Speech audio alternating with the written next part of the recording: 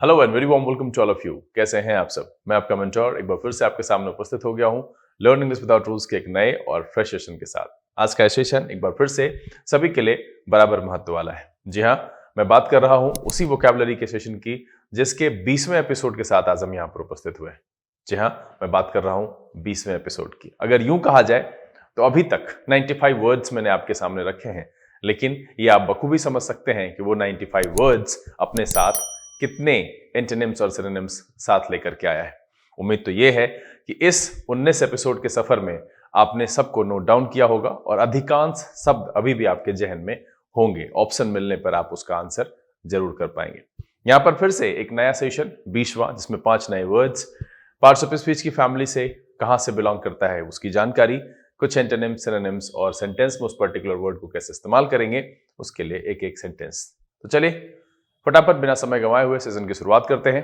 Notebook और pen लेकर के तैयार हो जाइए। देखते हैं कि आज के सेशन में कौन कौन से नए वर्ड्स लाए गए। चलिए देखा जाए।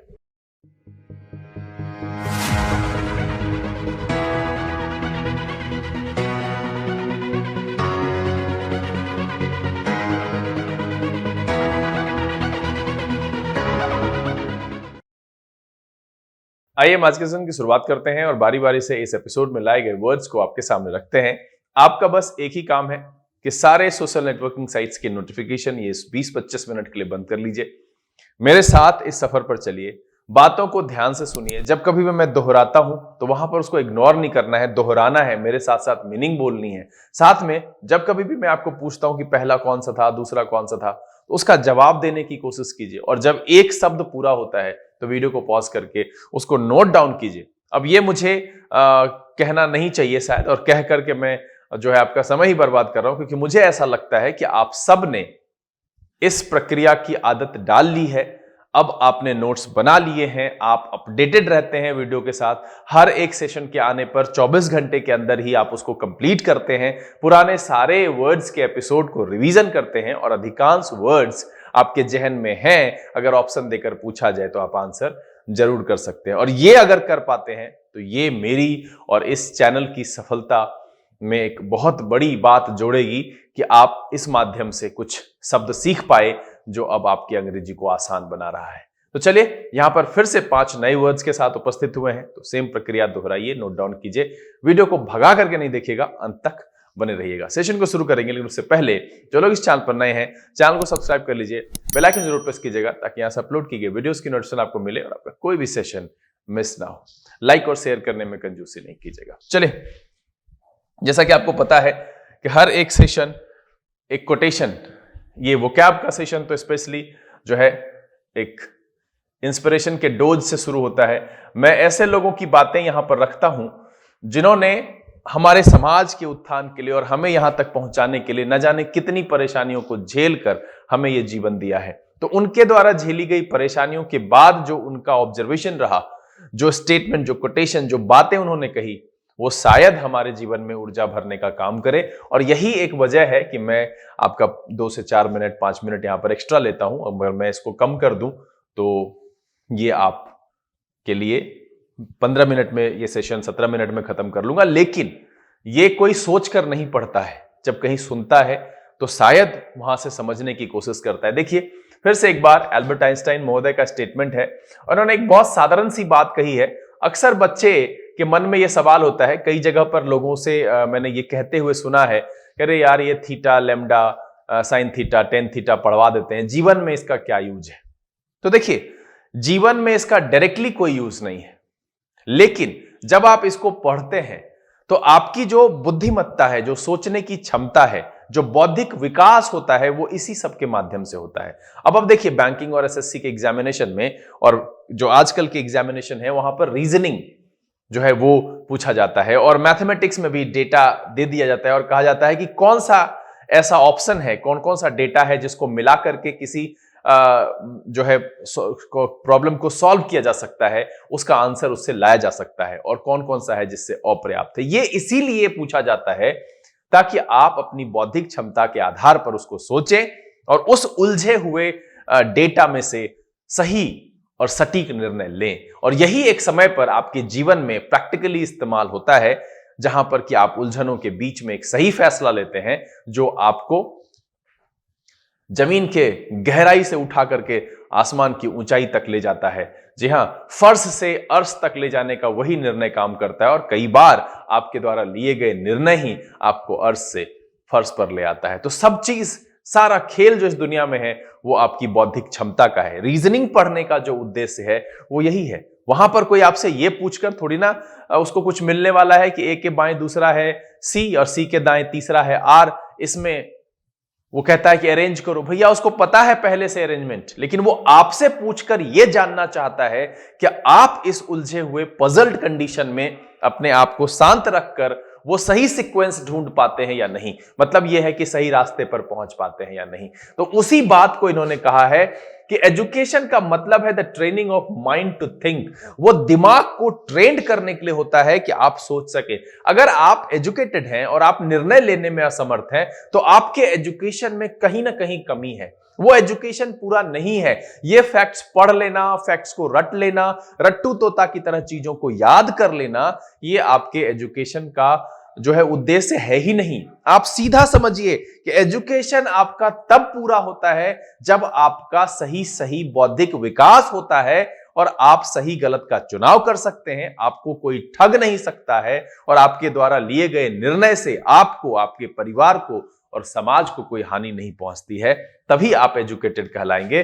तो यह बात बहुत साधारण सी है कि education is not the learning of facts but the training of mind to think. और इसी चीज को ध्यान में रख करके पढ़ेंगे तो मेरी बात का भरोसा करें, मैं इतना आपको अश्योर कर सकता हूं कि जीवन में आपको कभी भी दुखों का सामना नहीं करना पड़ेगा और यह पछतावा नहीं होगा कि आपने कोई निर्णय गलत लिया जिसकी वजह से आपकी जिंदगी में यह स्थिति है आपकी। तो बिल्कुल कोशिश कीजिए कि आप अपने दिमाग को ट्रेंड करें, सोचें कि चीजों को हम पढ़ रहे हैं तो क्यों पढ़ रहे हैं और क्यों पढ़ रहे हैं, तो निकलेगा कंक्लूजन और तब आएगा पढ़ने में मजा। मजा जो नहीं आता है क्योंकि आप फैक्ट्स बटोरते हैं और आपको एक समय पर लगता है कि इस फैक्ट्स का मेरी जिंदगी में है क्या, अकबर बाबर का हम करेंगे क्या, बहुत महान था तो अपनी जिंदगी में था, अपनी जिंदगी तो फटी पड़ी है। तो यह सोच जब अपने दिमाग में आएगा तब फिर नहीं। वहां से उनकी स्टोरी पढ़कर हम यह सीखते हैं कि उनके राज्य में जो परेशानियां रही उसको उसने कैसे सॉल्व किया। बस कहीं पर एक छोटी सी बात क्लिक करती है और आपका जीवन रफ्तार पकड़ लेता है। चलिए सेशन की शुरुआत करें और जो पहला शब्द है वो है स्कैंटी। क्या है? स्कैंटी। ये एक एडजेक्टिव की तरह इस्तेमाल होता है। इसका मतलब होता है लैकिंग इन एम्पलीट्यूड और quantity, too small in size और अमाउंट। समझ गए होंगे आराम से। मतलब यह है कि कम होने के सेंस में, साइज में कम, संख्या या मात्रा में बहुत कम, है ना। तो स्कैंटी का मतलब होता है कम। और अब यहां पर जब यह शब्द आया है तो चूंकि ये 20वां एपिसोड है, अभी तक इससे जुड़े हुए इतने सारे शब्द मैंने आपके सामने रखे हैं कि आपके दिमाग में 2-4 एंटोनिम्स और सिनोनिम्स तो घूम ही गया होगा। अगर घूम गया है तो मुझे कमेंट में लिख करके बताइए।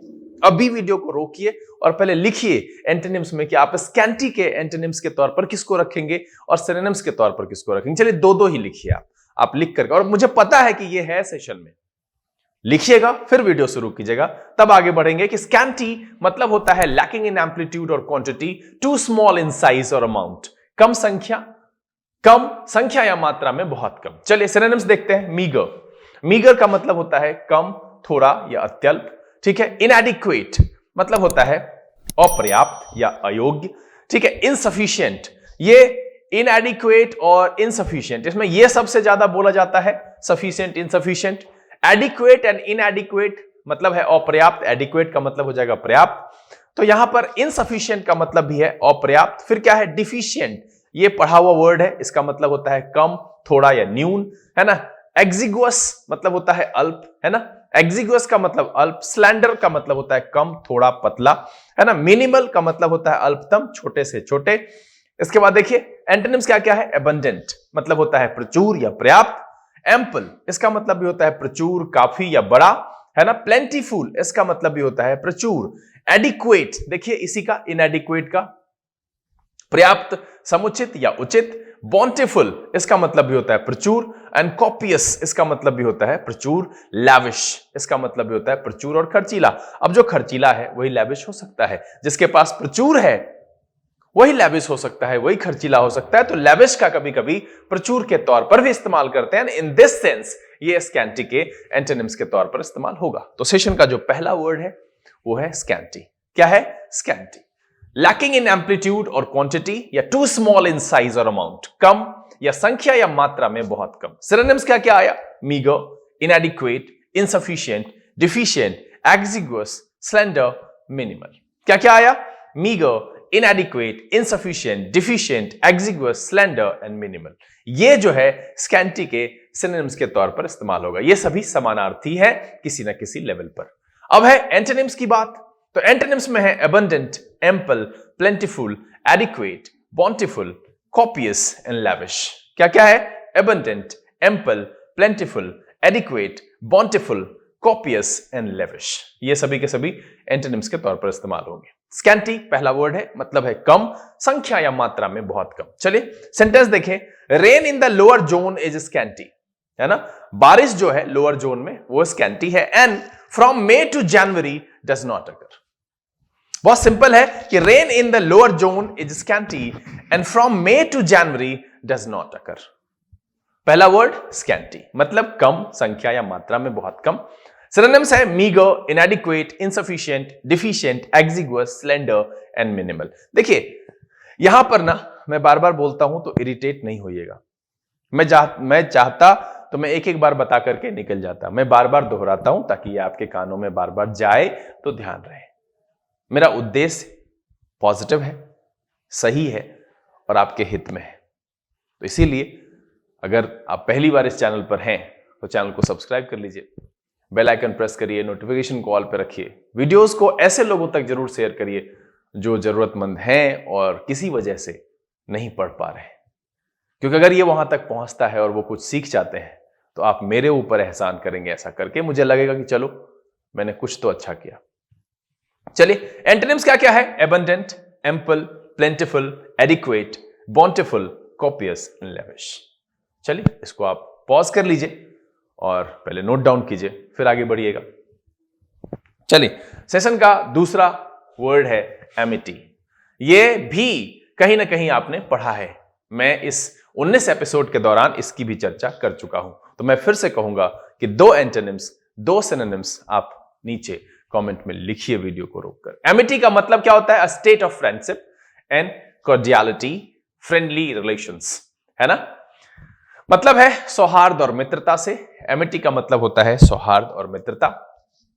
सिनोनिम्स क्या क्या है? हार्मनी, ठीक है, कॉर्डियलिटी, निष्कपटता या सौहार्द, ठीक है, एमिकेबिलिटी मतलब होता है मित्रता या सौहार्द, कंजीनियलिटी मतलब होता है हमदर्दी या आत्मीयता, कैमरेडरी मतलब होता है सौहार्द। और ये किसी सेशन में वर्ड के तौर पर मैंने लिया था, मुझे लिख कर बताइए कौन सा सेशन था। रैपर मतलब होता है घनिष्ठता और तालमेल। ये भी शब्द आया था, ये भी मुझे जानना है। और ऐसा, और हां नोट से नहीं देखिएगा कि कौन से सेशन में था, याद कीजिए, याद करके लिखिएगा, ठीक है। रैपर मतलब होता है घनिष्ठता या तालमेल। एफिनिटी मतलब होता है संबंध या आकर्षण। और अकॉर्ड मतलब होता है सहमति या आपसी मेल। तो एमिटी का जो सिनोनिम्स है, पहला वर्ड क्या था? पहला वर्ड बताइए। स्कैंटी मतलब क्या था? कम, संख्या या मात्रा में बहुत कम, ठीक है। यहां पर क्या है? एमिटी मतलब होता है मित्रता या सौहार्द। सिनोनिम्स क्या क्या है? Harmony, cordiality, amicability, congeniality, camaraderie, rapport, affinity, accord, ठीक है। एंटोनिम्स की बारी है। हॉस्टिलिटी मतलब होता है दुश्मनी या दुर्भावना, ठीक है। हेटर्ड मतलब होता है द्वेष या वैर भाव। एनमिटी मतलब होता है दुश्मनी या वैर भाव। मैलिस मतलब होता है द्वेष या दुर्भावना। एवर्जन मतलब होता है बेरुचि या घृणा, है ना। रिपग्नेंस मतलब होता है असंगति, अरुचि या घृणा। और फ्यूड मतलब होता है कलह या शत्रुता। यहां पर एंटोनिम्स क्या क्या आया? Hostility, hatred, enmity, malice, aversion, repugnance and feud. सबका मतलब सौहार्द और मित्रता का उल्टा है। हॉस्टिलिटी का मतलब है दुश्मनी या दुर्भावना। हेटर्ड का मतलब है द्वेष, कॉमन है पेपर में, न्यूज के दौरान। एनमिटी का मतलब है दुश्मनी, वैर भावना। मैलिश का मतलब होता है द्वेष या दुर्भावना। एवर्जन का मतलब होता है विरुचि, मतलब जहां रुचि ना हो, घृणा। रिपग्नेंस का मतलब असंगति, अरुचि या घृणा। और फ्यूड का मतलब होता है कलह या शत्रुता। दूसरी तरफ अगर हम सिनोनिम्स की बात करें तो एमिटी का सिनोनिम्स है harmony, cordiality, amicability, congeniality, camaraderie, rapport, affinity and accord. Amity का मतलब होता है सौहार्द। ये सेशन का दूसरा वर्ड है। पहला वर्ड कौन सा था? स्कैंटी। क्या था? स्कैंटी, कम, मतलब संख्या या मात्रा में बहुत कम। चलिए सेंटेंस देख ले। The presence of French troops in Scotland had produced hostility rather than Amity. है ना, बहुत आसानी से समझ में आता है कि the presence of French troops in Scotland had produced hostility rather than Amity. है ना, चलिए अमिटी से ज्यादा हॉस्टिलिटी पैदा किया है प्रेजेंस। तो दूसरा वर्ड क्या है? एमिटी, मतलब होता है मित्रता या सौहार्द। सिनोनिम्स एक बार फिर से सुनेंगे। Harmony, cordiality, amicability, congeniality, camaraderie, rapport, affinity and accord. Antonyms क्या क्या है? Hostility, hatred, enmity, malice, aversion, repugnance and feud. अभी तक दो शब्द, पहला स्कैंटी, दूसरा एमिटी। चलिए सेशन का, अच्छा पहले इसको आप पॉज कर लो, लिख लो, बहुत जरूरी है लिखना। एक बार लिखेंगे तो ये आपके जहन में छप जाएगा आधा तो कम से कम, और एक दो बार रिवीजन कर लेंगे तो फिर ऑप्शन आने पर तो खैर। चलिए तीसरा शब्द और है शूद। क्या है? शूद, मतलब ये वर्ब की तरह इस्तेमाल होता है। इसका मतलब क्या है? गिव मॉरल और इमोशनल स्ट्रेंथ टू और टू कंफर्ट समबडी। मतलब है किसी को जो है शांत करना, कंफर्ट सिचुएशन में लाना। है ना, क्या है? शांत करना, सांत्वना देना, आराम पहुंचाना। शांत करना, सांत्वना देना और आराम पहुंचाना। फटाफट बताइए तो दूसरा वर्ड कौन सा था? अमिटी। क्या था? अमिटी। पहला स्कैंटी, तीसरा मेरे सामने आया है शूद। सिनोनिम्स देख ले। पैसिफाई, पैसिफाई का मतलब होता है शांत करना, में विरोध मिटाना। ठीक है। मॉलिफाई मतलब होता है मनाना या शांत करना। ट्रैंकुलाइज मतलब होता है मंद या शांत हो जाना। ठीक है। कंसीलिएट मतलब होता है मनाना या शांत करना। प्रोपिशिएट मतलब होता है शांत करना, है ना। प्रोपिशिएट मतलब होता है शांत करना। एले, है ना, एले मतलब होता है कम करना। मिटिगेट इसका मतलब भी होता है कम करना या शांत करना। अपीज मतलब होता है शांत करना या मंद करना। तो यहां पर सूद का मतलब है शांत करना, सांत्वना देना या आराम पहुंचाना। यह सेशन का तीसरा वर्ड है आज का। दूसरा था एमिटी, मतलब था सौहार्द या मित्रता। पहला था स्कैंटी, कम, संख्या या मात्रा में बहुत कम। यहां पर जो सिनोनिम्स है वो है पैसिफाई, मॉलिफाई, ट्रैंकुलाइज, कंसीलिएट, प्रोपिशिएट, एले, मिटिगेट एंड अपीज। है ना। चलिए एंटोनिम्स की बारी। एजिटेट, जानते ही है, कॉमनली यूज करते हैं। एजिटेट, इरिटेट, है ना। तो एजिटेट का मतलब होता है उकसाना, उत्तेजित करना। एग्रोवेट का मतलब होता है तीव्र करना या भड़का देना। इंसाइट का मतलब होता है उकसाना या भड़काना। अराउज मतलब होता है उकसाना या भड़काना। टॉर्मेंट मतलब होता है सताना या यातना देना। पर्टर्ब मतलब होता है व्याकुल कर देना। और इंपेयर मतलब होता है बिगाड़ देना या विकृत करना। यहां पर जो तीसरा वर्ड है वो है शूद। एंटोनिम्स क्या क्या है? एजिटेट, सूद का मतलब है शांत करना, सांत्वना देना और आराम पहुंचाना। एंटोनिम्स क्या क्या है? Agitate, aggravate, incite, arouse, torment, perturb और इंपेयर। है ना, बिगाड़ देना, विकृत करना, व्याकुल कर देना, सताना, यातना देना, ये सब उसका उल्टा है। एंटोनिम्स क्या क्या है? एक बार फिर से दोहराते हैं। Agitate, aggravate, incite, arouse, torment, perturb and impair. Synonyms क्या क्या है? Pacify, mollify, tranquillise, conciliate, propitiate, allay, mitigate and appease. Sentence देख ले। Doctors say that it contains a mild anesthesia to soothe the pain. है ना, क्या है? mild anesthesia है जो पेन को क्या करेगा? soothe करेगा, कम करेगा, शांत करेगा। तो doctors say that it contains a mild anesthesia to soothe the pain. यहां पर तीसरा वर्ड है जिसको हमने अभी कंप्लीट किया, यह है soothe। दूसरा था amity, पहला था scanty।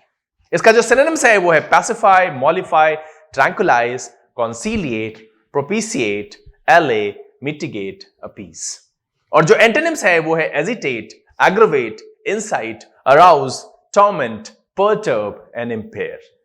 एग्जांपल क्या है? Doctors say that it contains a mild anaesthesia to soothe the pen.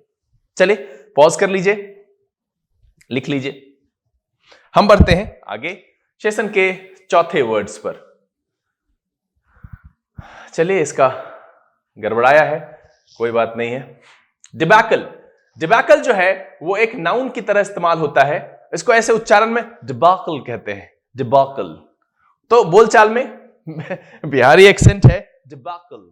ठीक है, क्या कह रहा है? एन इवेंट और situation that is complete failure and cause embarrassment, a sound defeat, पराजय, या फिर कह सकते हैं जहां पर एम्बैरसमेंट का सिचुएशन हो वैसा। क्या कह रहा है कि एन इवेंट और situation that is a complete failure and cause embarrassment, a sound defeat, डिबाकल।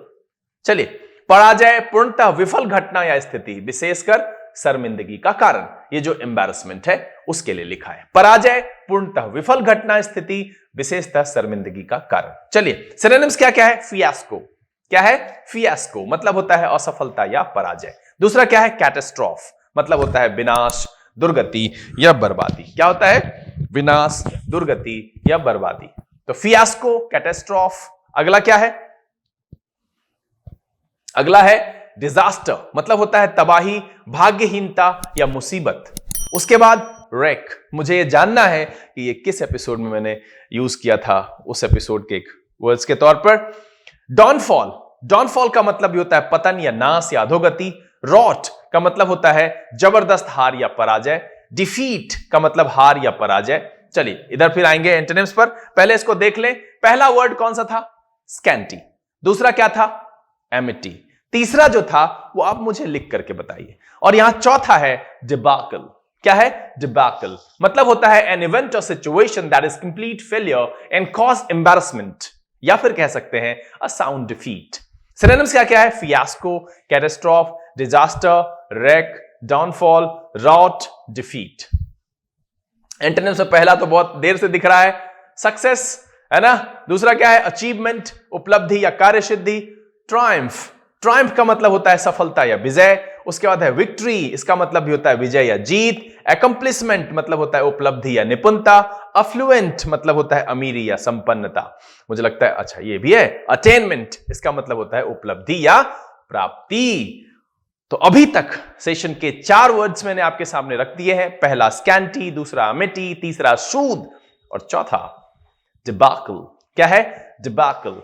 इसका जो सिनोनिम्स है वो है फियास्को मतलब है पराजय, पूर्णतः विफल घटना या स्थिति, विशेष करके शर्मिंदगी का कारण बन जाए, उसको कहते हैं डिबाकल।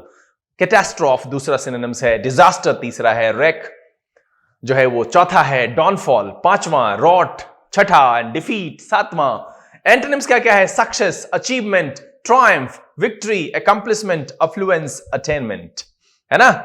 चलिए एग्जाम्पल देखें इसका। कह रहा the only man to reach double figures in the second innings debacle. The only man to reach double figures in the second innings debacle. जो शर्मिंदगी की स्थिति रही सेकेंड इनिंग की, उसमें एक ही इंसान, the only one man to reach double figures in the second innings debacle. क्या है? debacle। चौथा सब। तीसरा क्या था? सूद। दूसरा क्या था? amity। और पहला क्या था? scanty। चलिए, an event or situation that is complete failure and cause embarrassment, या फिर कह सकते हैं असाउंड डिफीट, पराजय, पूर्णतः विफल घटना या स्थिति, विशेष करके शर्मिंदगी का कारण। सिनोनिम्स क्या क्या है? Fiasco, catastrophe, disaster, wreck, downfall, rout and defeat. Antonyms क्या क्या है? Success, achievement, triumph, victory, accomplishment, affluence and attainment. चलिए पॉज कर लीजिए इसको एंड नोट डाउन कर लीजिए, बहुत जरूरी है। और हम बढ़ते हैं सेशन के आखिरी शब्द की तरफ, और ये है अमालगमेशन। क्या है? अमालगमेशन। ये एक नाउन की तरह इस्तेमाल होगा, बताना जरूरी नहीं है कि TION लगा हुआ है। अमालगमेशन नाउन की तरह यूज होता है। द एक्शन और प्रोसेस ऑफ यूनाइटिंग और मर्जिंग टू और मोर थिंग्स, मतलब होता है मिश्रण, है ना। मिश्रण या विलीनीकरण या मेल, जिसमें विलीन कर देते हैं, उस प्रोसेस को कहते हैं विलीनीकरण, है ना, विलीनीकरण। द एक्शन और प्रोसेस और यूनाइटिंग और मर्जिंग टू और मोर थिंग्स, अमालगमेशन। इससे पहले वाला वर्ड डिबाकल, उससे पहले शूद, उससे पहले एमिटी, इन सबसे पहले स्कैंटी। चलिए सिनोनिम्स देख लें। ब्लेंड, ब्लेंड का मतलब होता है मिश्रण या मेल, है ना। उसके बाद है मिक्सचर, ये वर्ड तो है ही, सबसे कॉमनली इस्तेमाल किया जाता है। अरे बार बार माइक गड़बड़ा जाता है। मिक्सचर मतलब होता है मिश्रण या मिलावट।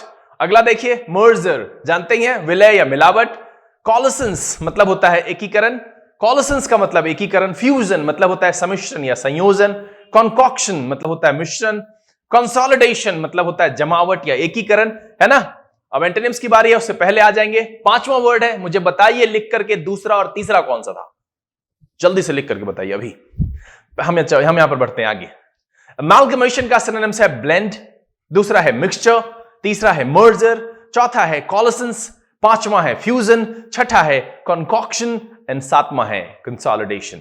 चले एंटोनिम्स की बारी। आइसोलेशन मतलब होता है अलगाव, पृथक्करण, एकांकीपन, है ना। सेपरेशन इसका मतलब भी होता है अलगाव या संबंध विच्छेद। डिवीजन का मतलब होता है बंटवारा या भाग। सेवरेंस का मतलब होता है विच्छेद या संबंध विच्छेद। स्प्लिट का मतलब होता है फूट या बंटवारा। सेग्रीगेशन का मतलब होता है अलगाव या बंटवारा। तो अमालगमेशन जो कि मेरे सेशन का आखिरी वर्ड है, जो कब आया, सबसे पहले आया स्कैंटी, दूसरा आया एमिटी, तीसरा आया शूद, चौथा आया डिबैकल एंड पांचवा अमालगमेशन। एंटोनिम्स क्या क्या है? Isolation, separation, division, severance, split and segregation. Isolation का मतलब अलगाव या एकाकीपन, सेपरेशन का मतलब जानते ही हैं, डिवीजन का मतलब भी आप जानते हैं, सेवरेंस का मतलब भी होता है विच्छेद या संबंध विच्छेद, स्प्लिट का मतलब होता है फूट या बंटवारा, और सेग्रीगेशन का मतलब होता है अलगाव या बंटवारा। और इधर जो सिनोनिम्स है वो है ब्लेंड मतलब होता है मिश्रण या मेल, मिक्सचर मतलब होता है मिश्रण या मिलावट, मर्जर जानते ही हैं विलय या मिलावट, कॉलिसेंस का मतलब होता है एकीकरण, फ्यूजन मतलब होता है सम्मिश्रण या संयोजन, कॉन्कॉक्शन का मतलब होता है मिश्रण, एंड कंसोलिडेशन का मतलब होता है जमावट या एकीकरण। एग्जाम्पल देख लें, कह रहा है the association was formed by the amalgamation of several regional environmental organisations. Association was formed, यहीं से मीनिंग समझ में आ जाता है, एसोसिएशन वाज फॉर्म्ड, और ये है पैसिव में। और आजकल चूंकि एमसीक्यूज बना रहे हैं हम लोग, अगर आप नहीं बना रहे हैं तो पिछला सेशन भी था, प्लेलिस्ट में भी है, वॉइस और नरेशन के एमसीक्यूज, जाइए और एक एक करके बनाइए। और अगर आपको नहीं पता है प्रोसेस, तो प्लेलिस्ट में वॉइस और नरेशन का पूरा एपिसोड है 0 to हीरो लेवल तक, बनाइए उसको। कोई दिक्कत हो तो कमेंट में लिखकर बताइए। वैसे लाइक शेयर कर दीजिएगा, सब्सक्राइब भी चैनल कर लीजिएगा, नोटिफिकेशन को ऑल पर रखिएगा। चलिए क्या कह रहा है कि the association was formed by the amalgamation of several regional environmental organisations. यहां पर क्या है, पांचवा और आखिरी शब्द है अमालगमेशन, जिसका मतलब होता है मिश्रण, विलीनीकरण या मेल। यहां पर क्या है, synonyms blend, mixture, merger, coalescence, fusion, concoction, consolidation, और इधर एंटोनिम्स में क्या है, isolation, separation, division, severance, split and segregation. उम्मीद यह है कि आज के सेशन में लाए गए 5 वर्ड, जिसमें से पहला था स्कैंटी, मतलब था कम, संख्या या मात्रा में कम, ठीक है। दूसरा क्या था, एमिटी, एमिटी का मतलब सौहार्द या मित्रता। तीसरा क्या था, शूद, मतलब था शांत करना, आराम पहुंचाना। चौथा क्या था, डिबैकल, मतलब था पराजय या ऐसी स्थिति जो एम्बैरसमेंट का कारण बने। और जो आखिरी वर्ड था वो था अमालगमेशन, मतलब था मिश्रण, विलय, है ना, संयोजन। इस सेंस में हम इसका इस्तेमाल करते हैं। उम्मीद करते हैं कि ये 5 वर्ड आपने अपने जहन में बसा लिया होगा, साथ में नोटबुक में भी सारे एंटोनिम्स और सिनोनिम्स को अंकित कर लिया होगा। और सेशन के दौरान, इन शब्दों को पढ़ने के दौरान आपने कभी भी बोरियत महसूस नहीं की होगी और पूरा एंजॉय करते हुए इस सेशन को पूरा किया होगा। और ये वीडियो आपको बहुत पसंद आया होगा। अगर ये वीडियो आपको अच्छा लगा, आप इसे लाइक कर दें। अगर आपने चैनल सब्सक्राइब नहीं किया है, प्लीज सब्सक्राइब कर लीजिए, बेल आइकन जरूर प्रेस कीजिएगा, ताकि ऐसे अपलोड किए गए वीडियोस की नोटिफिकेशन आपको मिले और कोई भी सेशन मिस ना हो। समय यहां से बिता लेने का, लेकिन इसी तरह के एपिसोड के साथ फिर आपके सामने उपस्थित होंगे। तब तक के लिए आप घर में रहिए, अपने स्वास्थ्य का, अपने परिवारजनों का ध्यान रखिए और पढ़ाई जोर शोर से जारी रखिएगा। लर्न इंग्लिश विदाउट रूल्स के सेशन से this is BK Singh signing off. Keep reading, keep practising. Thank you, God bless you.